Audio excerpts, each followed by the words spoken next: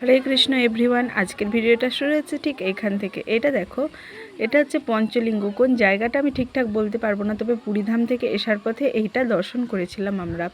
পর্বতটা তো বিশাল, মানে তুলনা করা যাবে না। আমার ফোনে বেশি চার্জ ছিল না বলে আমি কিছুটা তুলে রেখেছি, তোমাদের দর্শন করাবো।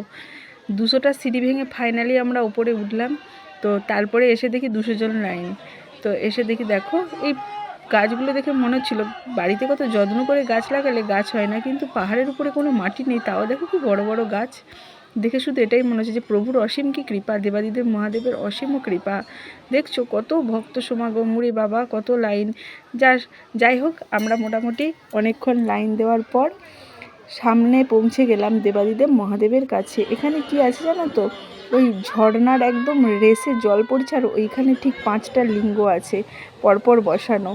ওই যে ঠিক ওপরটায় 5টা লিঙ্গ আছে, দেখো সবাই লাইন দিয়ে দাঁড়িয়ে আছে ওখানটায়।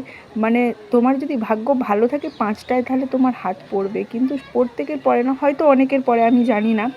তো এই দেখো সবাই লাইন দিয়ে দাঁড়িয়ে আছে। ওখানে তো ক্যামেরা নিয়ে যাওয়া যাবে না, পুরো ভিজে যাবে তুমি। এত রেসে জল নামছে, তার মধ্যেই তোমাকে ওখানে হাত দিয়ে দর্শন করতে হবে। হরে কৃষ্ণ।